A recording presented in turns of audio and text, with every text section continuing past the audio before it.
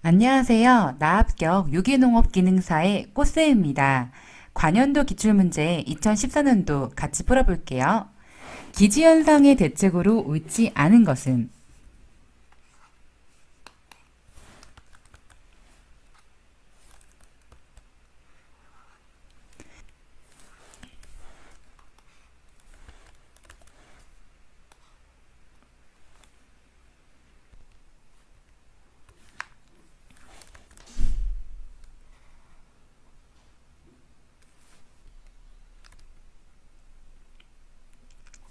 유축농업, 축산이 있는 거죠. 그리고 혼동농업과 비슷한 뜻으로 식량과 사료가 균형 있게 생산하는 농업을 뭐라고 하냐면 이거는 이제 포경이라고 합니다. 이 각각의 그런 농업에 대한 그런 용어들을 보시고 갈게요.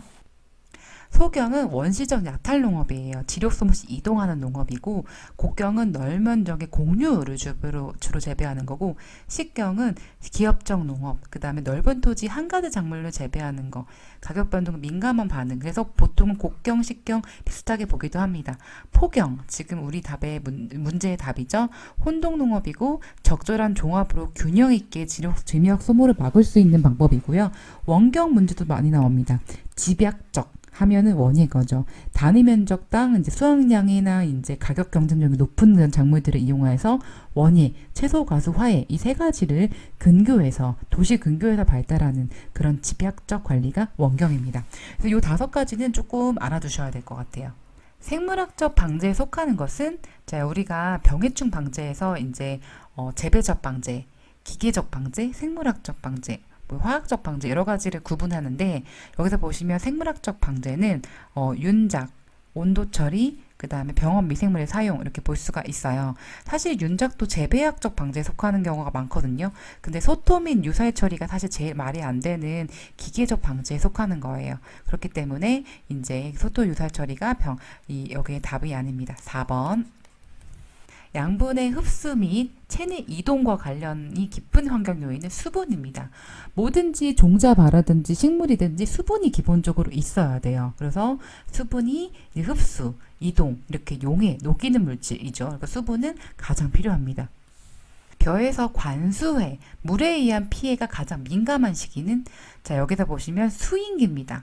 자 수인기는 같은 말로 배동바직이라고 해서 벼의 생육기간 중에 벼알을 만드는 준비 기간이에요. 여기 인자가 이제 잉태한다 이런 말이랑 똑같은데 자 우리가 냉해에서도 지연형 그다음에 병해형 그다음에 네, 장애형 이렇게 세 가지로 이렇게 구분을 했을 때 가장 민감한 시기가 생식생장, 그 다음에 유수형성기 뭐 이런 시기였었잖아요.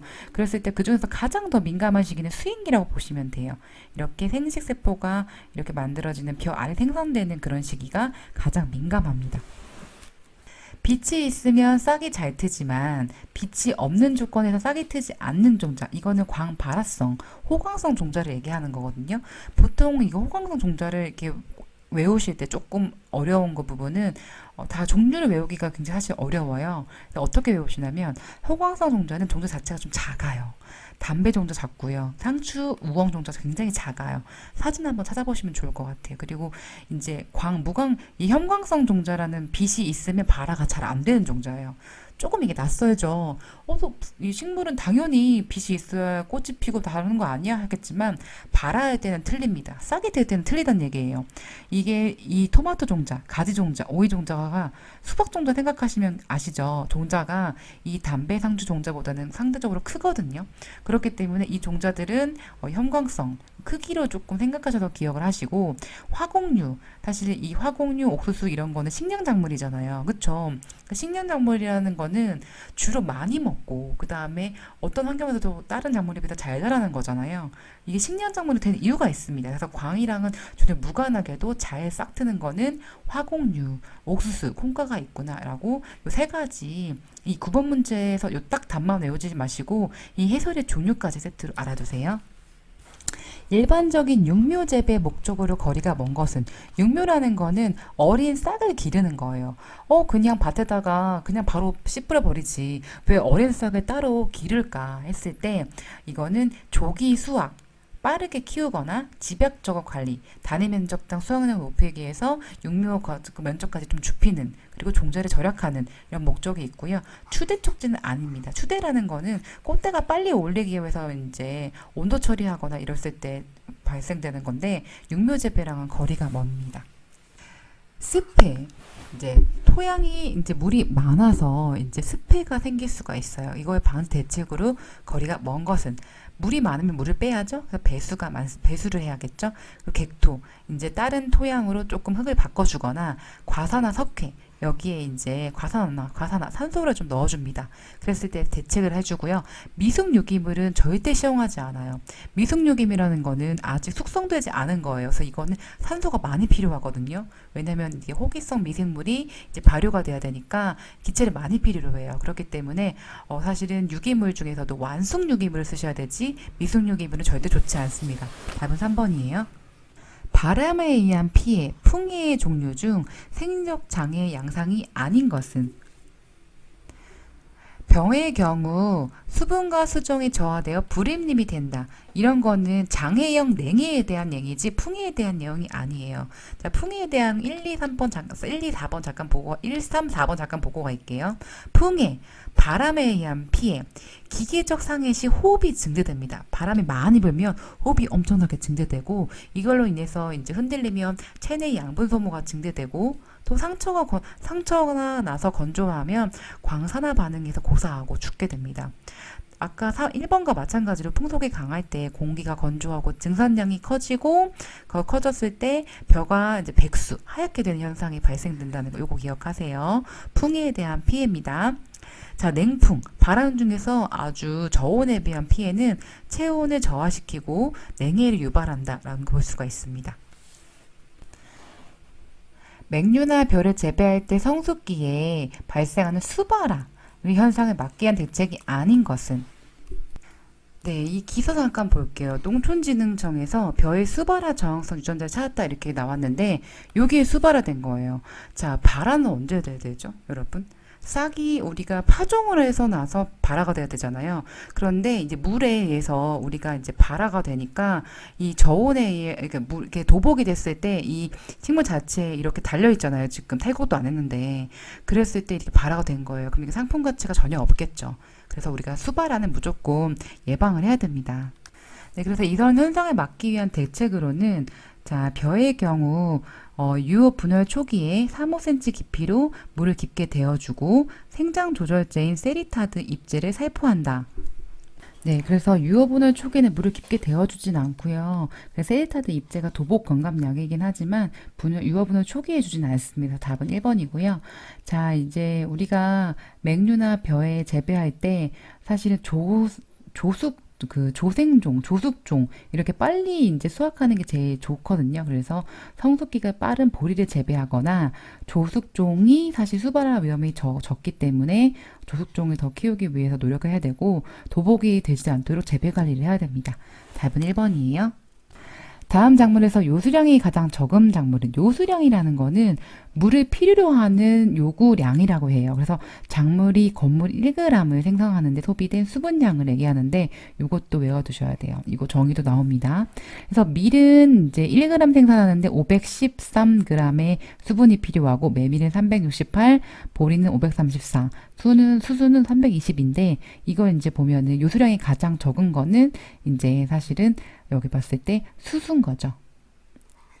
요수량이 적다는 거는 내건성, 건조함에서 잘 자란다는 뜻입니다. 농작물에 영향을 끼칠 우려가 있는 유해가스가 아닌 것은, 우리 이제 대기 오염이나 이런 것도 생각하셔야 되는데, 여기서는 이산화탄소, CO2죠? 이거는 광합성에 필요한 거지 유해가스가 아닙니다. 아황산가스, 불화수소, 오존, 암모니아가스, 일산화탄소, 이산화질소, 염소계가스, 펜, 미세먼지, 유해가스 종류를 아셔야 돼요. 그래서 이산화탄소는 페이크로 나온 문제들이 많습니다.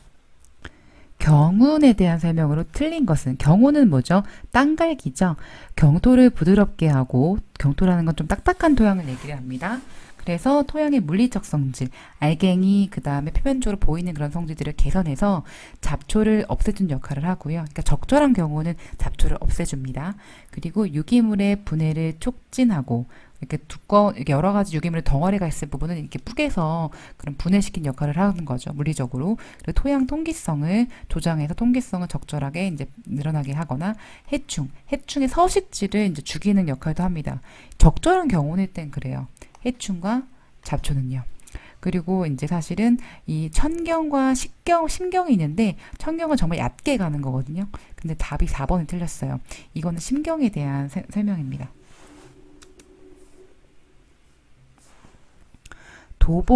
도복의 양상과 이 피에 대한 설명으로 틀린 것은 도복이라는 건 작물을 잘 키우다가 툭 쓰러지는 걸 얘기하죠. 질소다비에 의한 중수재배의 경우 발생하기 쉽다. 질소의 답이라는 건 많이 주는 거예요. 비료를 다량 시비했다. 이거에 의한 증수재배, 수량이 늘어난 재배의 경우 발생하기 쉽다. 맞습니다. 우리가 도복이라는 거는 작물이 너무 이제 지탱을 못해서 뿌리에 지탱을 못하거나 병균이 발생을 하거나 그랬을 때 작물체의 지지 기반이 약해져서 쓰러지는 경우거든요. 특히 질소비료는 생장의 그런 세포의 번식을 이제 늘어나게 하거나 세포의 크기를 증대하기 때문에 이 증수재배 양이 엄청 늘어나요. 그렇기 때문에 이런 경우에는 도복이 발생하기 쉽고 그 다음에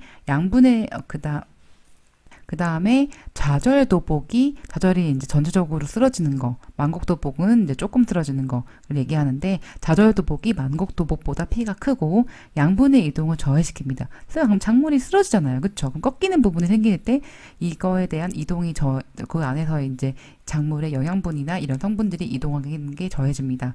수량도 떨어지고, 품질도 떨어지죠. 그러니까 답은 4번입니다. 네, 고립 상태의 광합성 특성으로 틀린 것은, 생육 적온까지는 온도가 상승할수록 광합성 성도는 증가하고 광포화점은 낮아집니다. 이산화탄소 농도가 상승하여 이산화탄소 포함점까지는 광포화점이 높아집니다. 그래서 이산화탄소 포화점, 광포화점 어느 정도 한계까지는 높아지지만 여기까지 이후부터는 이제 더 이상 증가하지 않겠죠.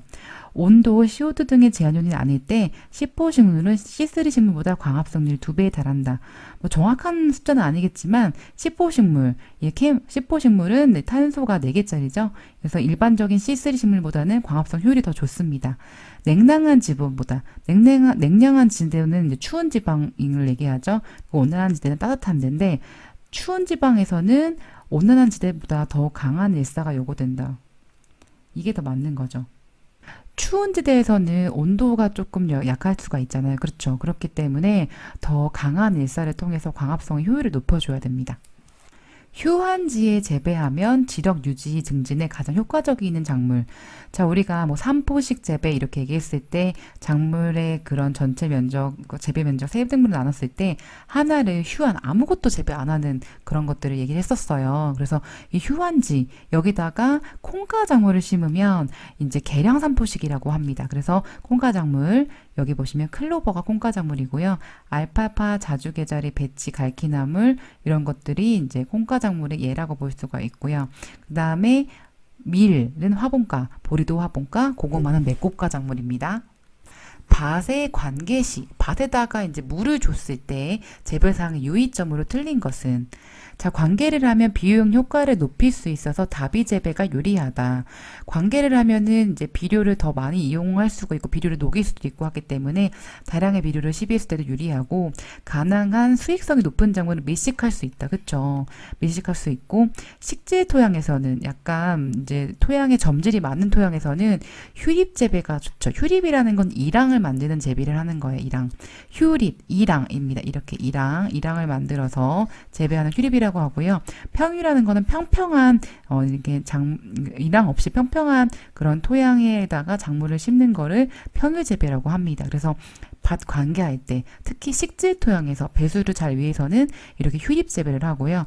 다비 재배에 따라서 내도복송 품종을 재배한다라고 얘기합니다. 그래서 다비 재배는 이제 내도복송 품종도 가능하다는 점. 네, 토양 미생물 중에 황세균이 참 특이합니다. 대부분의 미생물이 약산성이지만 황세균은 강산성에도 굉장히 잘 자랍니다. 그래서 21번에는 1번 토양의 입자밀도가 2.65 그리고 요 토양에 퇴비를 주어서 용적 밀도가 이렇게 변화됐습니다. 이렇게 했을 때 계산해야 돼요. 입자 밀도와 용적 밀도가 나오면 이렇게 공급률을 구할 수가 있거든요. 그래서 이렇게 계산해 보시면은 요런 금액 전체 계산해서 계산해 보면 50% 60% 증가였죠. 그래서 토양의 공급이 50에서 60% 증가했다는 것을 알 수가 있습니다. 그래서 이거는 공급률 공식만 알면 쉽게 구할 수 있는 거예요. 그래서 1 빼기 용적 밀도, 그 다음에 입자 밀도, 이렇게 위아래가 헷갈리지만 않으시면 되는데 용, 입, 아야, 어여, 오요 해서 요, 그 다음에 입, 이게 순서대로 위아래 이렇게 1 빼기 위아래 이렇게 보시면 조금 외우시기 편할까요? 네, 그리고 용적 밀도랑 비슷한 용어가 있죠? 가밀도, 그리고 입자 밀도랑 비슷한 용어, 그 다음에 진밀도, 이런 거 세트로 같이 알아두세요. 이렇게 식으로 넣은 문제가 나오기도 하거든요. 작물 생육에 가장 적합하다고 생각되는 토양 구조는 떼알 구조, 입단 구조, 입산 구조 다 같은 테마로 보시면 됩니다. 입간이 구형이고요. 그 다음에 유기물이 많은 지역에서 있고 토양 입단이 모양이 둥글고 A용트, 용탈층에서 가장 흔히 볼 수 있는 작물 생육이 가장 좋은 구조다라고 보시는데 다른 것도 각각의 모양이 어떻게 생겼는지 핵심 키워드가 어떤지 같이 알아두세요. 점토에 대한 설명으로 옳은 것은 네, 결정지 점토 가면은 규산 사면 재판과 알루미나 팔면 지반이 겹쳐져 있는 구조를 가진 걸 얘기합니다. 그래서 규산판과 알루미늄이 하나씩 겹쳐 있으면 1대1 점토 광물이라고 합니다. 그리고 토양에서 점토 광물은 입경이 0.002mm 이하. 요건 많은데요. 입자가 굉장히 작기 때문에 표면적이 굉장히 매우 큽니다. 매우 크다라고 고쳐주시고. 자, 그리고 석고, 탄산염, 석영 등은 이거는 1차 광물이에요. 점토 광물은 우리가 뭐라고? 2차 광물이라고 얘기하거든요. 우리나라 시설 재배 시 토양에 흔히 발생하는 문제점이 아닌 것은 연작으로 인해서 특별 병해충이 맞죠.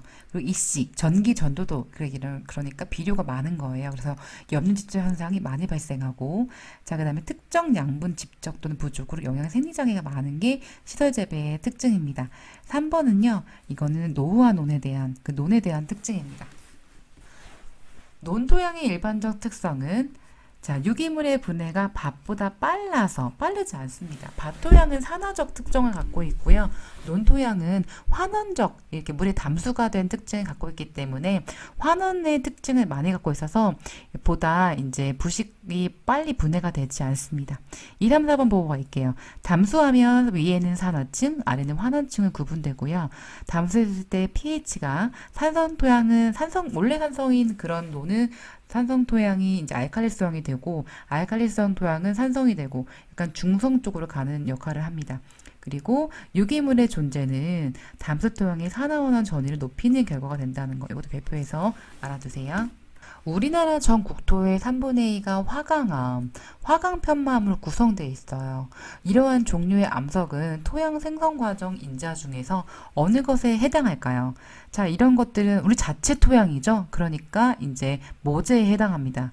사실은 그래도 전체 여러 가지 토양 생성 과정의 요인 중에서는 기후가 가장 영향을 주거든요. 근데 여기서 물어보는 거는 국토 자체에 대한 걸 물어보는 거니까 모재가 여기서 물어보는 답입니다. 염기 포화도에 대한 설명으로 틀린 것은 염기 포화도라는 것은 토양에 흡착되어 염기성 양이온에 차지하는 비율을 얘기하는 거여서 식을 보시면 전체 양이온에서 칼, 마, 칼, 나 요 네 가지의 비율을 얘기하는 거예요. 네, 그래서 토양 교질의 종류가 같을 때 토양 pH에 일정한 관계가 있고 염기 포화도가 높을수록 pH도 높아져요. 네. 4번이 틀렸거든요. 우리나라 논토양의 염기 포화도는 약 50%입니다. 50%. 그러니까 이런 말은 즉슨 우리나라에는 약간 산성이 많다는 거예요. 수소이온이 많다는 거죠. 그래서 약간 산성으로 기울어졌기 때문에 보통 우리나라 논에 처음 시비하기 전에 석회를 좀 많이 뿌리는 경우가 있거든요. 그래서 토양을 중성화, 약간 약산성 약산성에서 이제 중성화 쪽으로 가려고 노력을 하는 거죠. 그래서 염기 포화도는 전체 양이온에서 교환성 염기, 칼슘, 마그네슘, 칼륨, 나트륨 요 네 가지의 그런 거를 비율을 해서 비율을 얘기하는 거고, 그리고 이거는 이제 pH와 관계가 있어서 염기 포화도가 높다. 그러면 이 칼과 칼나의 비율이 높은 거죠. 그렇기 때문에 이제 pH가 높아진다는 거 요거 알아두시면 될 것 같아요. 식물이 자라기에 가장 알맞은 수분 상태는, 이건 유효수분 얘기하는데요. 여기 유효수분 얘기가 정확하게 없잖아요. 그래서 가장 적합한 건 포장 용수량. 사실 유효수분의 범위가 포장 용수량에서 위조점 사이거든요. 근데 이제 사실 이것도 맞다고 볼 수도 있겠지만 포장 용수량이 이르렀을 때, 가까이 이르렀을 때가 더 정확한 답이라고 볼 수 있기 때문에 29번의 답은 2번입니다. 토양에서 탈지 작용이 느려지는 조건. 탈지 작용, 질소가 나가는, 없어지는 그런 작용인데, 이런 거는 사실은 안 좋은 토양일 때 이렇게 일어나겠죠? 그렇기 때문에 2번. 유기물 함량이 많은 토양은 좋은 토양이니까 여기서는 잘 일어나지 않습니다. 답은 2번이에요. 영농활동 중 토양 미생물의 밀도와 활력에 가장 긍정적인 역할을 가져다 줄 수 있는 것은 유기물입니다. 완숙된 유기물을 잘 토양에 적정량을 주는 것이 굉장히 중요합니다. 운적토, 움직이는 토양을 얘기하죠. 운적토는 풍화물이 이제 부셔지는, 거대한 암석이 부셔지는 걸 부셔졌던 그런 암석에 부서지는 물을 풍화물이라고 하는데, 중력, 풍력, 수력, 빙하력 등에 의하여 다른 곳을 운반되어 퇴적하여 생성된 토양이다. 다음 중 운적 토양이 아닌 것은, 그러니까 운적 토양이 아닌 거, 그러면은 다음은 이탄토예요. 이탄토는 이제 쌓여진 토양을 얘기하는 건데, 습지나 얕은 호수에 유체가 이제 혼입돼서 만든 거를 이탄토라고 합니다. 요 세 가지는 이제 운적토 종류 중에 하나예요.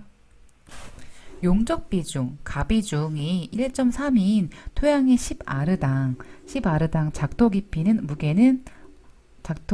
10cm의 무게는 얼마일까 했을 때, 사실 계산해보면 10아르는 사실은 990제곱미터에, 여기 오타가 하나 있는데 약 990제곱미터고, 어떻게 보면 1000제곱미터라고 볼 수가 있어요. 그래서 비중 1.3 곱하기 1000제곱미터 곱하기 그다음에 작토 깊이 10cm니까 미터로 바꿔준 0.1입니다. 그래서 답은 130톤이에요. 토양의 입단 구조, 떼알 구조 형성 및 유지에 유리하게 작용하는 것은 옥수수를 계속 재배한다. 계속 재배하는 건 사실 좋지 않아요. 차라리 콩가작물을 재배하는 게 낫지, 윤작을 하는 게 좀 입단 구조 유지가 좋고요. 논에 물을 대어 썰해질을 한다. 썰어질보다는 이제 논에 퇴비를 주는 것들이 좋고요. 썰어질은 이제 떨해질하는 것은 사실은 토양에 이제 경운한다는 거니까, 사실 그거보다는 적절량의 퇴비를 주는 것이 더 좋습니다. 그래서 답은 3번. 퇴비를 적정량 사용하여서 유기물 함량을 높인다. 그리고 완숙 퇴비, 적절한 퇴비, 좋은 퇴비를 사용하는 것이 굉장히 중요합니다. 경운을 자주 하는 것은 입단 구조를 뿌길 수가 있어요. 그래서 적절한 경운이 항상 중요합니다. 식물과 공생, 함께 살아가는 그런 것들은 뭐가 있을까 했을 때 답은 균입니다. 이거는 이제 곰팡이의 종류인데, 균균균 설명 볼게요. 뿌리의 유효 표면적을 증가시켜서 양수분의 흡수를 증대시킵니다. 특히 인산을요. 색은 가느다란 근이 보다 길게 작용하고 내열성과 내건성이 증대시키고 토의 양분을 보다 유효하게 하고, 특히 외생균균은 병원균을 막는 데 도움이 됩니다. 20개 보통 많고요. 그래서 우리가 보통 톱밥을 이제 비료에 많이, 퇴비에 만들 때 많이 넣는데, 톱밥에 그런 것들도 많이 이런 좋은 미생물이 많으면 좋겠죠. 자, 토양 공극하면 우리가 공기만 생각할 수 있겠지만, 공극은 공기의 유통과 그 다음에 토양 수분, 공기와 수분이 같이 있는 걸 공극이라고 합니다. 그래서 이 공극은 공기 수분량을 얘기를 하고요. 퇴비의 시용은 공극량을 증대시킨다. 그러니까 퇴비 자체가 토양의 그런 알갱이의 비율 자체를 좋게 만들어요. 그래서 적절한 공극량을 만들고요. 사실 우리가 고상, 그 다음에 액상, 기상, 이렇게 세 가지로 고체, 액체, 기체를 했을 때 50대 25대 25가 환상적인 비율이에요. 사실은 대부분이 고체가 많겠죠. 이렇게 만들어주는 게 쉽지 않습니다. 그래서 공극을 이렇게 25, 25의 비율을 만들려면 퇴비 시용량을 늘려서 이제 알갱이 자체의 토양 구조를 좋게 만들고, 특히 큰 공극과 작은 공극이 발달되어야지 보수력과 보비력, 통기성 이런 것도 적절하게 다 좋아집니다. 토양의 무기 성분 중 가장 많은 성분은 했을 때 여기 구성 성분 중에 보시면 산소, 규소가 많죠? 그랬을 때 규산, 이게 가장 많은 성분입니다. 물에 의한 토양 침식 과정이 아닌 것은, 네, 선상 침식이 답이 아니고요. 나머지가 이제 토양 침식 과정의 종류입니다. 우격 침식, 빗방울, 가속 침식, 그래서 가속적으로 침식. 면상이라는 거는 이제 전면에 걸쳐서, 세류라는 거는 경사면 아래쪽에 작은 골, 협곡이라는 건 형성된 세류가 합쳐지면서 큰 도랑, 이렇게 핵심 키워드가 있으니까 키워드 위주로 알아두세요. 토양 분석 시 사용되는 토양 입자 크기는 얼마일까요? 우리가 보통 토양 입자, 토성 했을 때, 토양 텍스처 얘기했을 때 모래, 미사, 점토의 함량을 분류를 하는데, 이때는 2mm, 2mm, 요 2mm 이하를 얘기합니다. 요거 보시면 2mm 이상은 자갈, 그 다음에 2mm부터 이제 0.0 이렇게 구분을 하시는데, 특히 점토의 비율에 따라 이제 우리가 사토, 그다음에 양토, 그다음에 식토 이렇게 구분하거든요. 그 점토 0.002 이것도 같이 알아두세요. 지렁이 정말 좋죠. 징그럽지만 정말 지렁이가 많은 토양은 굉장히 건강한 토양이에요. 지렁이가 가장 잘 생육할 수 있는 토양 환경은 배수가 어렵다 이런 거 말해야 안 되죠. 배수가 잘 되고, 그 다음에 pH가 3 이하다. 이거는 엄청난 상성이에요. 이런 것보다 약산성에서 중성이 좋고, 3번이 좀 좋죠. 통기성이 야공하고 유기물 토양. 토양 온도가는 15도, 18도 굉장히 높거든요. 여러분 15도, 18도 미세한 것 같지만 이게 은근 차이가 있어요. 그래서 답은 3번입니다. 토양 입자, 토양 알갱이의 입단, 토양 입자의 입단화, 떼알 구조를 촉진시키는 것은 봤을 때 칼슘입니다. 우리가 석회 이런 것들이 칼슘을 보통 얘기하는데, 특히 생석회는 여기 산소와 칼슘을 포함하고 있어요. 그래서 우리가 입단을 만들어준다 그러면 석회를 많이 넣는다 이렇게 얘기를 하고, 칼슘 꼭 이렇게 기억하시고요. 입단을 파괴한다 그럼 나트륨을 넣습니다. 이거는 이제 소금기죠. 이런 입단 파괴하면 나트륨, 입단을 만들면 칼슘. 정부에서 친환경 농업만년을 선포한 연도는 1998년입니다. 알아두세요. 유기물 농업에서 화학 비료를 대신하여 유기물을 사용하는데, 유기물의 사용과가 아닌 것은, 유기물 정말 좋아요. 특히 무슨 유기물? 완성 유기물. 토양 완충능은 증대합니다. 그래서 이거는 토양이 여러 가지 변화가 있을 때 그 기본의 원리에 충실한, 그 기본의 그런 화학적이나 물리적인 거를 변하지 않게 하려면 유기물을 사용하는 게 좋고요. 유효한 미생물을 번식을 늘리거나 보수력, 물을 보유하거나 물 보비력, 비료를 가질 수 있는 양이온 치환 용량을 높이는데 유기물이 가장 좋습니다. 그리고 지온을 올려주고요. 그 다음에 염류직적을 해소시켜요. 답은 4번입니다. 품종의 특성 유지 방법이 아닌 것은 했을 때 영양 번식에 의한 보존 재배. 자, 영양번식이라는 거는 식물의 줄기, 뿌리, 잎 이런 기관들을 잘라서 이 구사체 아니면 조직 배양을 통해서 번식하는 거고요. 그 다음에 원원종 재배, 이렇게 종자 6종 단계에 따라서 얘기하는 거고, 그 다음에 격리 재배 이런 거는 단독 품종을 이제 그 단독 품종이 다른 수정이 되지 않게 유지하는 건데, 집단 재배라는 건 유전적 변이를 많이 발생시키기 위해서 6종을 할 때 다양한 품종을 섞이기 위해서 하는 게 집단 재배입니다. 그래서 이건 특성 유지 방법이 아니라 다양한 걸 개발할 때 많이 쓰는 방법이죠. 자, 우량 종자의 증식 체계로 옳은 것은, 이건 좀 쉬워요. 기본 식물, 원원종, 원종, 보급종. 이건 축산도 마찬가지예요. 그래서 항상 기본 동물, 원원종, 원종, 보급종 이렇게 있는데, 포장지까지 같이 보도록 할게요. 기본식물포에서 기본식물 종자를 이제 생산합니다. 그러면 이거를 원원종포에 줘서 원원종포에서 원원종을 개발을 합니다. 그래서 원원종은 기본식물을 증식 개발해서 육종에서 생산한 종자고, 이 원원종은 원종포에 가서 또 원종포에서 원종을 채종을 해서 이 원종을 채종포에 하면 이거 채종포에서 보급종을 이제 증식을 하면 이 보급종을 농가가 받는 거예요. 그래서 우리나라 국립종자원에서 관리하고 있는 보급종 종자들의 목록이 있어요. 콩이라던가 이제 쌀이라던가 그런 것들은 국가에서 관리합니다. 그래서 순서가 기본식물 종자, 원원종, 원종, 보급종 이 순서대로 간다는 거 기억하시고 이 포장지도 세트로 쉽죠? 이름이 똑같고 포장지도 그쵸? 그래서 같이 알아두세요. 유기축산물 인증 기준에 따른 유기사료 급여에 대한 설명으로 틀린 것은 네. 천재지변의 경우 유기사료가 아닌 일정 기간 동안 일정 비율로 급여는 허용할 수 있다. 예, 천재지변의 경우 이게 특별한 상황이죠. 이건 가능합니다. 자, 사료를 급여할 때는 유전자 변형 농산물, GMO 농산물 절대 쓰지 말아야 되고 그 다음에 유기배합 사료 제조용 단미 사료용 곡물류는 유기 농산물 인증을 받은 것이어야 된다. 무조건 유기축산물은 유기 농산물 먹여야 돼요. 엄청 어렵겠죠. 쉽지 않겠죠. 자, 그리고 반추 가축에게는 쌀리지만 급여하지 않고 다양한 것들을 먹일 수 있도록 해야 됩니다. 네, 그래서 답은 4번이에요. 노포크식. 이 영국 노포크 지방에서 이제 발생된 윤작법인데요. 순서가 이렇게 밀, 순무, 보리, 클로버 이 순서대로 이제 윤작하는 방법입니다. 그래서 답은 이렇게 2번이고요. 왜 이렇게 재배하는지 볼게요.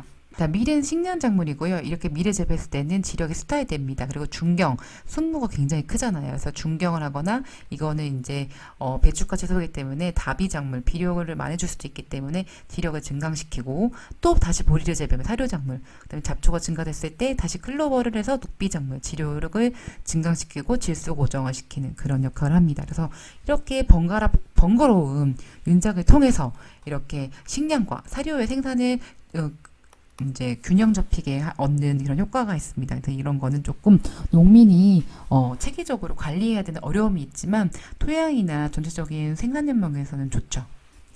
과수원에 부는 적당한 바람과 생육과의 관계에 대한 설명으로 틀린 것은 적당한 바람은 정말 좋은 거예요.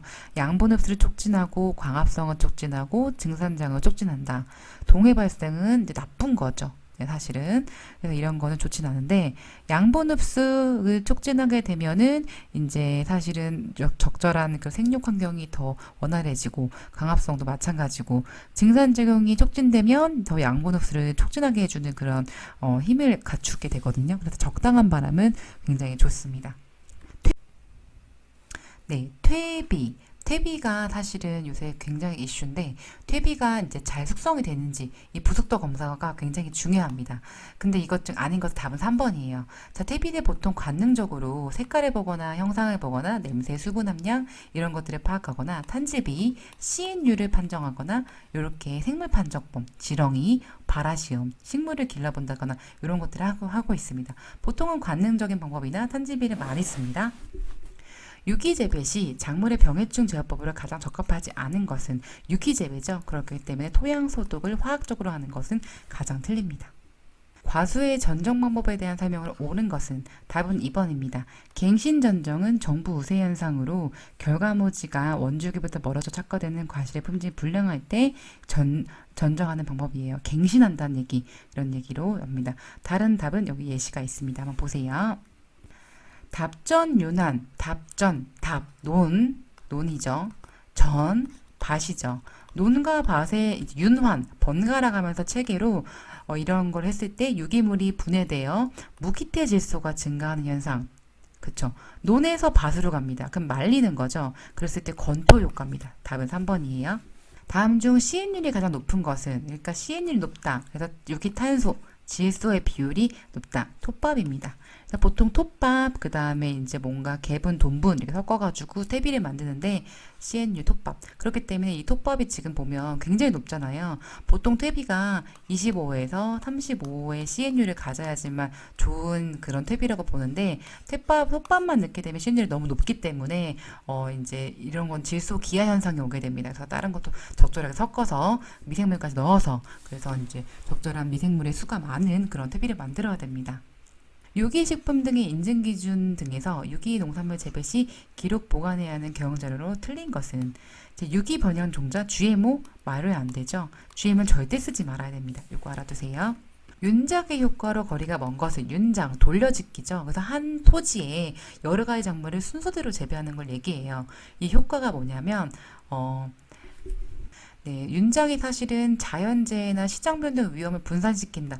한 가지 작물만 재배하는 것이 아니기 때문에 시장 변동 위험을 분산시킬 수도 있고 또 지력 유지, 보통 콩가 작물이나 다양한 작물 섞어시키기 때문에 지력 유지하거나 생물의 다양성을 높일 수가 있고 한 가지 토양에서 여러 가지 작물을 재배하니까 이용률이 높아지고 4번, 풍수해를 예방한다는 거는 어떤 작물을 심는지 모르기 때문에 이거랑 관련이 없습니다. 답은 4번이에요. 품종 육성 효과로 기대하기 어려운 것은 품종을 하게 되면은 품질이 개선되겠죠. 그리고 이 품질이 다양한 지역에서 지역에 재배가 될 거고 그 수령의 증가가 되겠지만 지력 증진이랑은 관련이 없어요. 토양을 개선하려면 이제 적절한 유기물을 시비해야지 작물 자체를 해가지고 토양 증진은 지력 증진을 개선하기는 좀 힘듭니다.